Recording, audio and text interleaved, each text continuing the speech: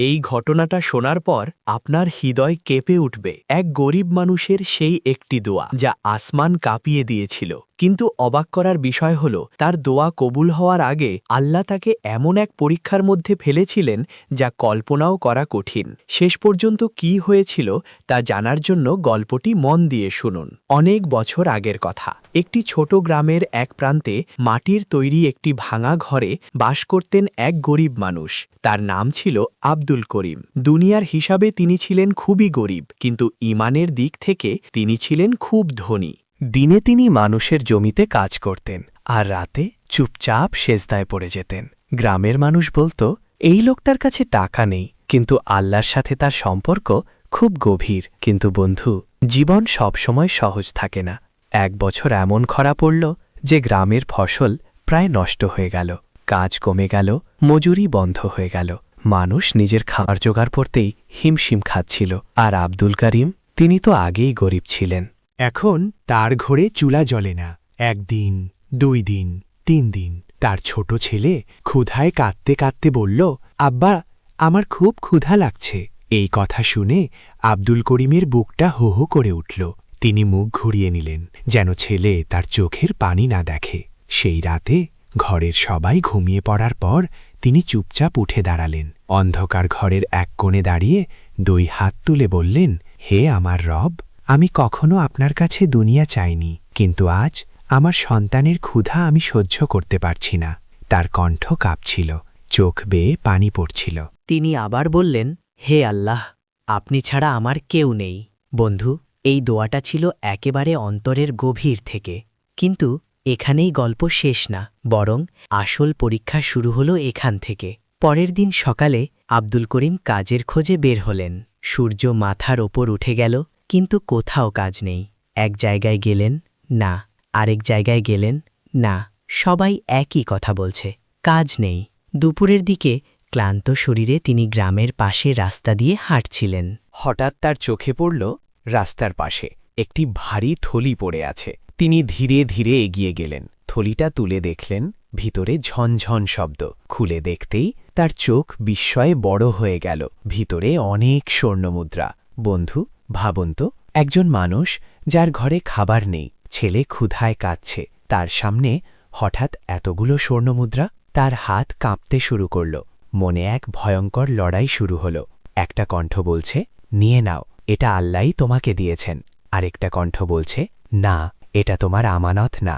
তিনি চারদিকে তাকালেন, কেউ নেই, রাস্তা ফাঁকা, চারপাশ নীরব। এখন যদি তিনি চান, কেউ জানবেও না। বন্ধু, এটাই ছিল সেই মুহূর্ত যেখানে মানুষের আসল ঈমান পরীক্ষা হয়। আব্দুল করিম থলিটা শক্ত করে ধরলেন। তারপর আকাশের দিকে তাকিয়ে ধীরে ধীরে বললেন, হে আল্লাহ, আপনি কি আমাকে পরীক্ষা করছেন? তার চোখ দিয়ে আবার পানি পড়তে লাগল। ঠিক তখনই দূর থেকে এক লোক দৌড়াতে দৌড়াতে আসছে। সে হাঁপাতে হাঁপাতে চিৎকার করছে, আমার থলি, কেউ কি আমার থলি দেখেছেন? আব্দুল করিম স্থির হয়ে দাঁড়িয়ে রইলেন। তার সামনে এখন 2টা পথ। একটা পথ যা তার সন্তানের ক্ষুধা মেটাতে পারে, আর একটা পথ যা আল্লাহকে খুশি করতে পারে। তিনি কি সিদ্ধান্ত নিলেন? থলিটাকে তিনি ফিরিয়ে দিলেন, নাকি নিজের কাছে রেখে দিলেন? আর সেই সিদ্ধান্তের পর আল্লাহ তার সাথে কি করলেন? সেই মুহূর্তে আব্দুল করিম স্থির হয়ে দাঁড়িয়ে রইলেন। তার হাতে স্বর্ণমুদ্রার থলি, আর সামনে দৌড়ে আসছে একজন আতঙ্কিত মানুষ। লোকটা হাঁপাতে হাঁপাতে কাছে এসে বলল, ভাই, আপনি কি একটা থলি দেখেছেন? আমার সব শেষ হয়ে যাবে, ওটা হারালে আমি নিঃস্ব হয়ে যাব। এই কথা শুনে আব্দুল করিমের বুকটা কেঁপে উঠল, কারণ এই একই ভয় তো তার নিজের ঘরেও। একদিকে নিজের ক্ষুধার্ত সন্তান, অন্যদিকে একজন অসহায় মানুষের আর্তনাদ। কয়েক সেকেন্ড নীরবতা। তার হাত শক্ত হয়ে আছে থলির ওপর। বন্ধু, এই কয়েক সেকেন্ডই মানুষের ভাগ্য বদলে দেয়। তিনি চোখ বন্ধ করলেন। মনে পড়ল গতরাতের সেই দোয়া, হে আল্লাহ, আপনি ছাড়া আমার কেউ নেই। তার বুক হালকা হয়ে গেল। ধীরে ধীরে তিনি চোখ খুললেন, আর থলিটা সামনে বাড়িয়ে দিয়ে বললেন, ভাই, আপনি কি এটা খুঁজছিলেন?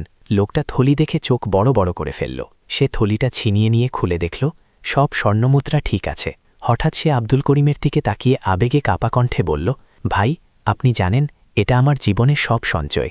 তার চোখে পানি চলে এলো। লোকটা বলল, আপনি চাইলে এগুলো সহজেই রেখে দিতে পারতেন, কেউ দেখেনি, কেউ জানত না।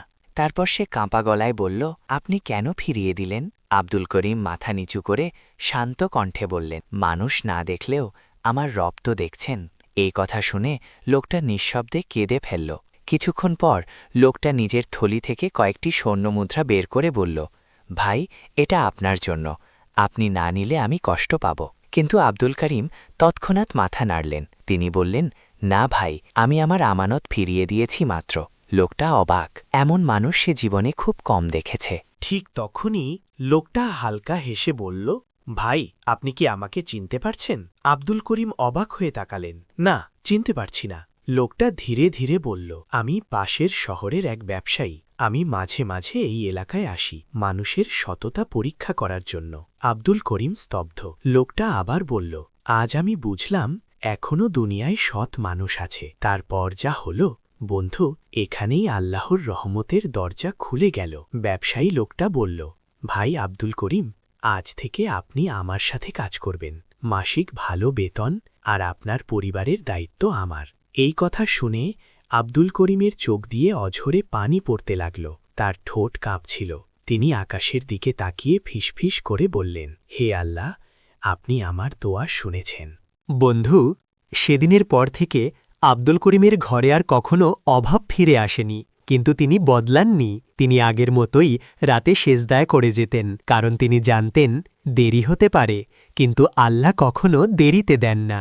শিক্ষা: যে ব্যক্তি কষ্টের মধ্যেও আল্লাহকে ভয় করে, আল্লাহ তার জন্য এমন দরজা খুলে দেন যা সে কল্পনাও করতে পারে না। এমন হৃদয় ছোঁয়া ইসলামিক গল্প পেতে এখনই ইসলামিক বাংলা ভয়েস সাবস্ক্রাইব করুন।